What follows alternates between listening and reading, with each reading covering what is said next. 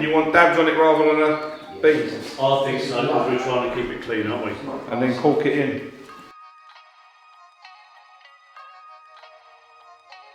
So we put that laser up so we can see where it's going to go, making it much easier rather than a pencil mark, which can obviously use a straight edge.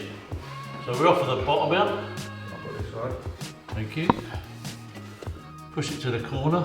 It's nice and light, so you can just push it on. And we've made ourselves a little test piece with both the internal angles on it. So we can just offer that up.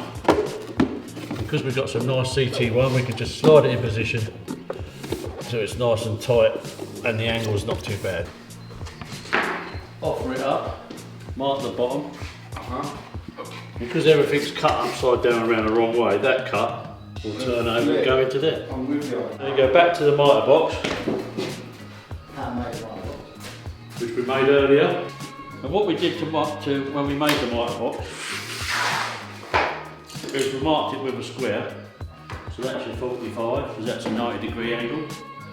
And then you mark a line down like that, a line down the front. Get your nice sharp saw.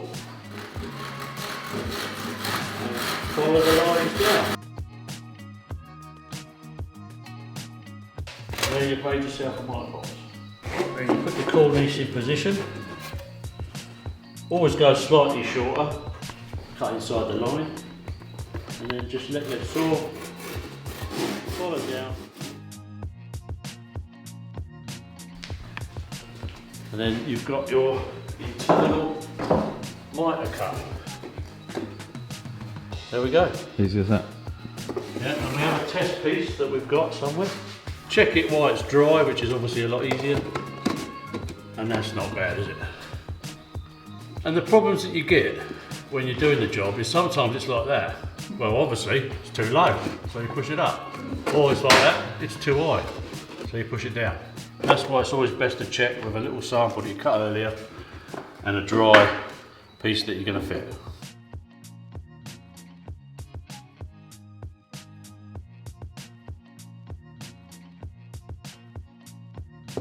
Let's ask you what you're doing now, right?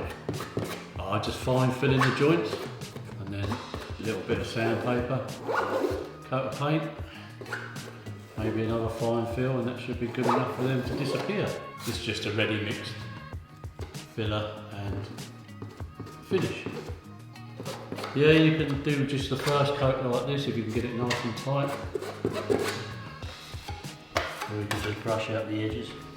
It's very fine, so it won't take much water, so it's best just to pull the fat edges away like that, rather than going into it, because you'll just end up washing it away, unless you're very gentle.